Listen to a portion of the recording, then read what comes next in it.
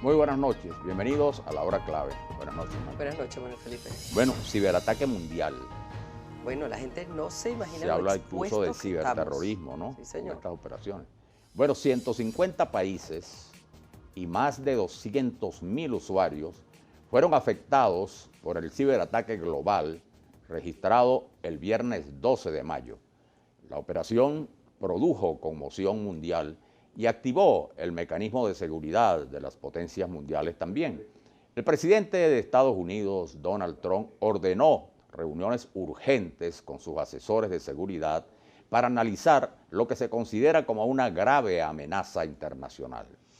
Bueno, pero la amenaza se concretó el lunes siguiente con nuevos ciberataques que afectaron a la policía y los colegios de China, extendiéndose por Asia y despertando la alarma en los países europeos que tomaron medidas contra los llamados piratas informáticos. En plena campaña para las elecciones británicas del 8 de junio, el ciberataque se convirtió en reproche al gobierno del Reino Unido.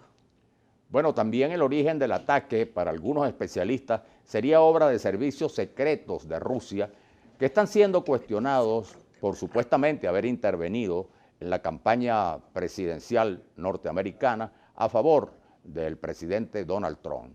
El mandatario ruso Vladimir Putin negó la acusación y responsabilizó a los servicios secretos de Estados Unidos de ser la fuente primaria del virus que habría provocado el ataque.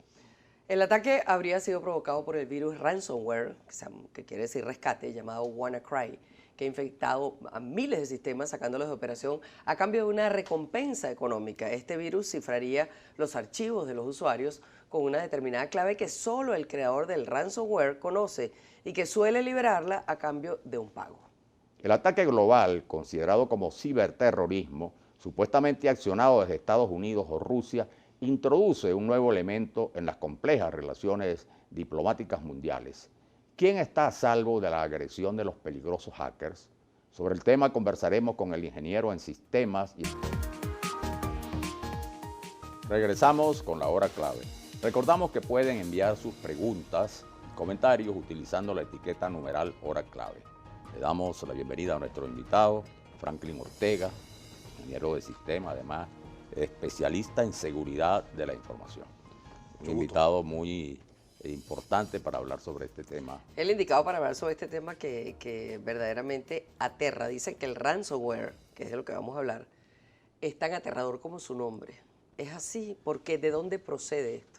Lo que pasa es que, comenzando a hablar de lo que específicamente significa el ransomware, más allá del WannaCry, que es la noticia de tendencia ahorita en este momento, comenzamos en una especie, una modalidad de ataque, más de que algo que se puede descifrar qué es. La modalidad es simplemente lo mismo que un secuestro que vivimos de persona con la información. O sea, entra un malware en el equipo, toma control del equipo, luego busca vulnerabilidades del equipo que cual puede burlar, se comunica con una fuente central, le dice cuáles son las acciones que tiene que seguir, encripta la información y justamente en ese momento que la encripta es que el usuario sabe que ya tiene su equipo comprometido y que tiene que pagar una Porque recompensa. sencillamente no puedes trabajar. Sí, porque simplemente aparece una pantalla, en muchos casos, en la mayoría de los casos aparece una pantalla donde te dice de que su computadora fue encriptada, a veces sale con un anuncio del FBI, que el FBI detectó contenido no permitido, cualquier cosa, o a veces aparece directamente la palabra, hemos secuestrado tu información, debes de hacernos un pago sobre el archivo. Este tipo de pago lo piden ahora sobre la cibermoneda Bitcoin, ¿no? Que Es una una moneda moneda, irrastreable. exacto, electrónica. Esa, claro, es una modalidad, ¿no?, de este tipo de ataques. Sí. Pero en particular hablando de este ataque que conmovió al mundo entero. Sí, Los alcances, ¿cómo fue? Los alcances verdaderos, por ejemplo, en Venezuela se sintió de alguna manera. ¿Cómo se detuvo, cómo se contrarrestó, digamos, este ataque que afectó a 150 países, ¿no? Sí. Fíjate, inicialmente este ransomware es exactamente igual, misma modalidad de virus, sin embargo la diferencia es la forma de propagación. La NSA alertó a las empresas de software, Microsoft en el caso de que existía una vulnerabilidad en su sistema operativo, de que ellos le habían sustraído de sus exploits, de sus sistemas de evasión, le habían sustraído esa información y que cualquier persona podía sacar provecho de esa herramienta. también hubo una cadena de hackers que comentó de que ellos tenían posesión de esa pérdida que tuvo la NSA. Y luego, a raíz de esa incidencia, se genera el famoso WannaCry. Microsoft inmediatamente en marzo lanza un parche de seguridad para actualizar su sistema operativo. Si todas las empresas hubieran actualizado Windows en su momento, ya no tuvieran ningún tipo de problema con ese tipo de virus. Pero sin embargo, las empresas dejaron de actualizar y este virus pudo sacar provecho. Mira, aquí hay una pregunta que es obvia, ¿no? Jorge Sierra Gómez, ¿quiénes están más expuestos a ser víctimas de un ciberataque? Bueno, evidentemente somos los usuarios. Todo usuario que se sienta frente a una computadora y que se conecta a Internet, o computadora, smartphone, o sea, cualquier dispositivo que se conecte a Internet, estamos expuestos. O sea, todos estamos expuestos de la misma manera. O mejor, ¿quién es más vulnerable?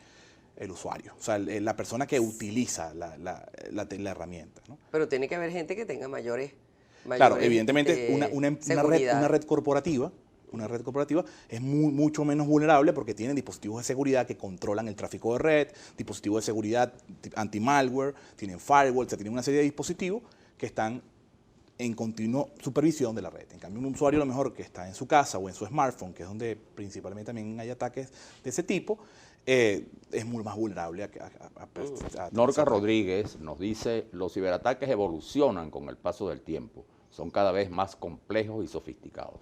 Sí, afirmativamente cada vez es más difícil para las empresas de seguridad desarrollar herramientas que puedan proteger de los ataques. Y yo considero que también es un tema hasta de conciencia, ¿no? de información, que las personas o el usuario debe estar completamente informado antes de tener acceso a un equipo electrónico, cuáles son las consecuencias que puede tener. Bueno, hablando de información, aquí Douglas Pérez pregunta al invitado, si hay ciberataque, hay ciberdefensa. ¿Podría usted definir ambas? Lo otro, ¿hay niveles de ciberataques? ¿Cuáles son? Sí, bueno, evidentemente si existen un ataque de gran magnitud como es el caso de ransomware, muchas casas de antivirus, muchas empresas que se dedican a la seguridad desarrollan software y hardware para poder prevenir este tipo de ataques.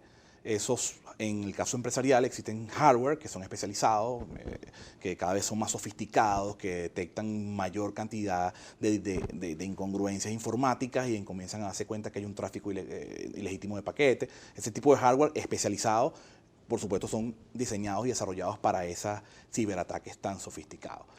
Y en este caso, ¿cómo se contrarrestó el ciberataque? De todas maneras, tenemos, Romer Martínez nos dice, cada día los llamados hackers están desarrollando técnicas y conocimientos que arriesgan la seguridad informática. Bueno, lo que conversábamos. Exactamente. En este caso, ¿cómo fue contrarrestado este Bueno, ataque? eso fue, en cierta forma, incluso hasta fortuito.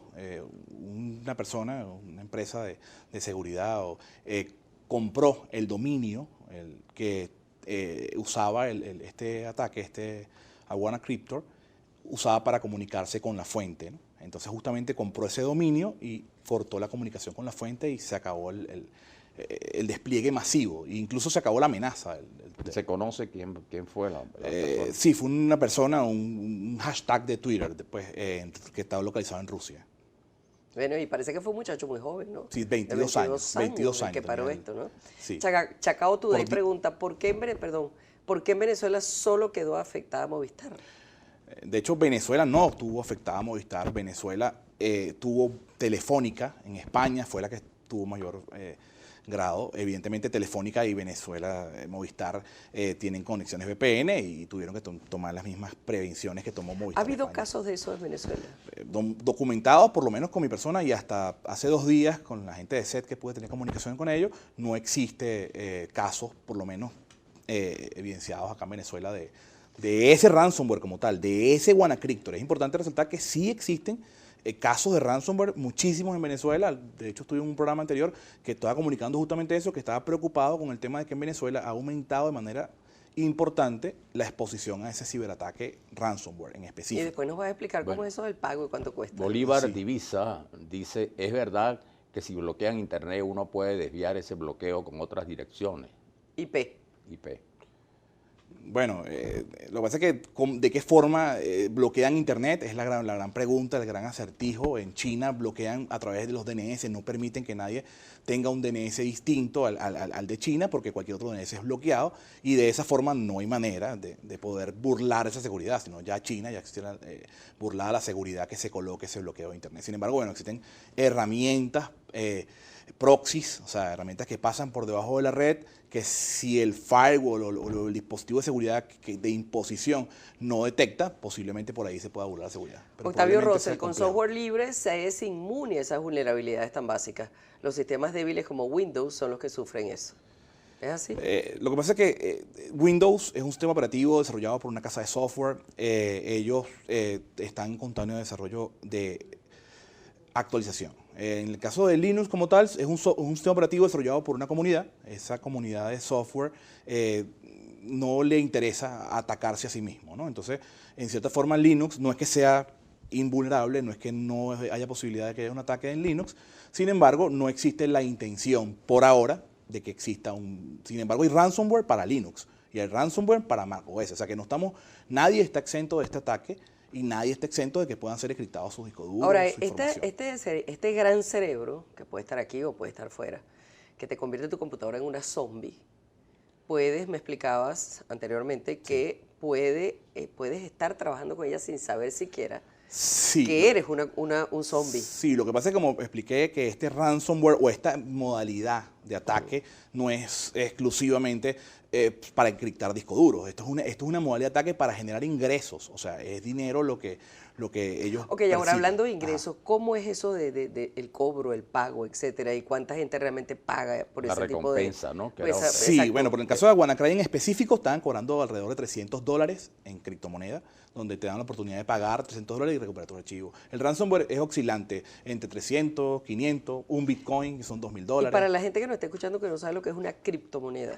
Sí, bueno, criptomoneda es una nueva modalidad de dinero cibernético, la cual se representa y ya está tomando forma y está tomando fuerza a través de un encriptamiento de datos. O sea, esta criptomoneda, lo interesante que tiene es que no puede ser rastreada, no es como una transferencia electrónica que puede saber quién es el destinatario, quién lo envía. Esto es como si fuera tal cual un efectivo, que tenés como una tarjeta telefónica. Tienes un código, ese código, quien tenga ese código, tiene ese saldo, es exactamente igual, más o menos parecido. Víctor Escalona pregunta, ¿qué antivirus recomiendas actualmente? Por eso Muy es tan concreta la grave que eso pregunta. pareciera que no bastara como con un antivirus, ¿no?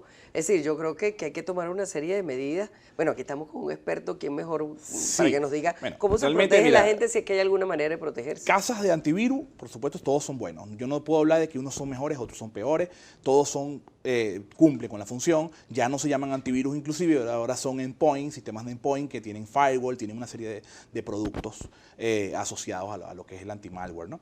Y por eso se llama, entonces ya es una suite, ya es un tema diferente a un antivirus.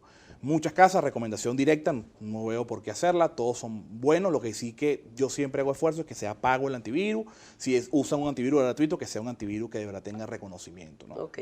Tenemos a Fabián Chacón en los dispositivos móviles. ¿Qué seguridad le podemos dar para evitar ataques como esos? Bueno, existe también software de antivirus o de antimalware que son diseñados específicamente para móviles. Y yo recomiendo que instalen o compren o adquieran soluciones de anti-malware para sus móviles también. Es mucho lo que hay que invertir en esto. Bueno, yo creo que mucho más caro resulta ser víctima de una cosa como esa, ¿no? O sea, porque es que la seguridad tenemos que tomarla en serio, ¿no? Entonces, considero de que la inversión tampoco es tan alta. Ahorita 80, 90 mil bolívares es un precio para un antivirus de buena casa, de buena representación, para colocarlo en un móvil. Incluso son más económicos que incluso los antivirus que se colocan en los ordenadores o que se colocan en los servidores, ¿no? Y usar siempre, imagino, por previsión disco duro externo, ¿no? Bueno, sí, porque es que porque eso es importante, claro, guardar la información en otro lugar. Sí, es verdad. Más allá de tener prevención con respecto a un sistema de antivirus o un sistema anti-malware, lo más importante es tener backup de la información.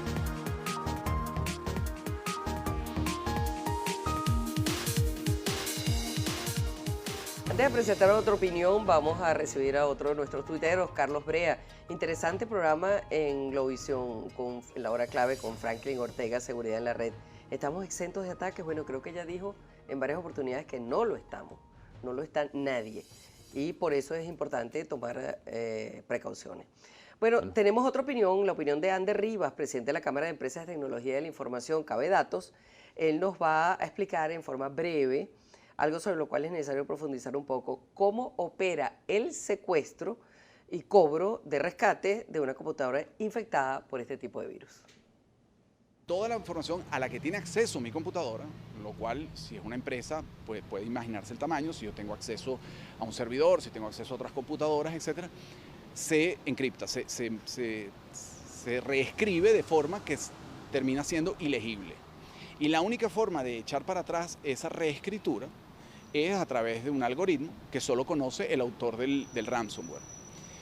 Razón por la cual el autor del ransomware se toma la molestia de dejar un mensaje en la computadora, un programa que saca una pantalla que cubre toda la pantalla del computador e indica claramente, bueno, su máquina ha sido secuestrada. Hay varias modalidades, una de ellas es, bueno, tiene que depositar tantos bitcoins en esta cuenta, otra es escriba un correo para acá para yo decirle cuánto tienen que depositar, en fin.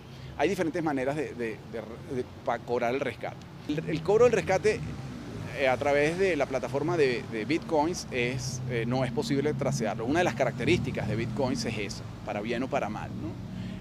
No hay manera de saber dónde está el dueño de una cuenta que tiene bitcoins. Una cuenta de bitcoins, que ese sería tema de otro programa, se aloja en todas las computadoras del mundo que manejen bitcoins. O sea, no hay forma de saberlo. Entonces, no, la respuesta es no hay manera de conocer quién es el beneficiario de ese dinero. Habría otras maneras, que sería utilizando el rastreo de correos electrónicos, pero todos estos atacantes tienen pues el cuidado adecuado de diseminar sus archivos, incluso sus antídotos, a través de máquinas que no son las de ellos, son máquinas de máquinas de máquinas de máquinas, y en realidad es tremendamente difícil. La única manera que hay para evitar esto es tener cuidado. Y la única manera de restituir 100% la información que hemos perdido es teniendo un respaldo. Un respaldo que además, como les dije antes, no debe estar conectado a la computadora, porque si yo tengo un disco duro alternativo a mi máquina en donde copio las cosas y me contamino, pues lo más probable es que el contenido de ese disco duro también se contamine. Entonces no tiene ningún sentido hacer las cosas así. Hay que hacer un respaldo y guardar eso en otro sitio. Como sea, creo que hay una subestimación del riesgo al que estamos expuestos. Creo que en Venezuela, que digamos el área que yo mejor conozco, es evidente ese riesgo, esa subestimación del riesgo, y sobre todo creo que las empresas y las personas naturales deberían pues tener cuidado en mantener su información a salvo. Por cierto, eso es una de las labores que nosotros en Cabe Datos hemos tratado de hacer. Nosotros permanentemente damos cursos sobre seguridad informática, bueno, que al final lo que terminamos es tratando de transmitir y de darle herramientas a las personas que asisten de cuáles son los recursos y cuáles son las alternativas que tienen para no perder información. Bueno, interesantes estos consejos, ¿ah, Manuel? Sin duda. ¿Qué tienes tú por allí? Bueno, además, yo creo que lo importante es tener en cuenta estas cosas porque todavía, decir, como él lo explicaba, no se puede llegar a quiénes son. Entonces claro, habría que inventar toda una especie de ciencia forense para las computadoras. Lo interesante es cómo el impacto de este ataque, ¿no?, global revela pues que de alguna manera la vulnerabilidad, ¿no?, de los sistemas. Ahora, fíjate, por ejemplo, hoy se anuncia que apareció un nuevo virus llamado Addiclus, que también aprovecha, dicen, la brecha dejada por el WannaCry y cobra también compensación económica a través del Bitcoin, ¿no? Eso se añade a esto, por supuesto, no ha tenido el impacto que tuvo este ataque de la semana pasada. O sea que WannaCry sigue claro, ahora lo importante yo creo y es la recomendación de todos los especialistas que hemos escuchado, es que no se debe abrir ni descargar correos o archivos que se desconozcan, ¿no? Y si se nota un comportamiento extraño,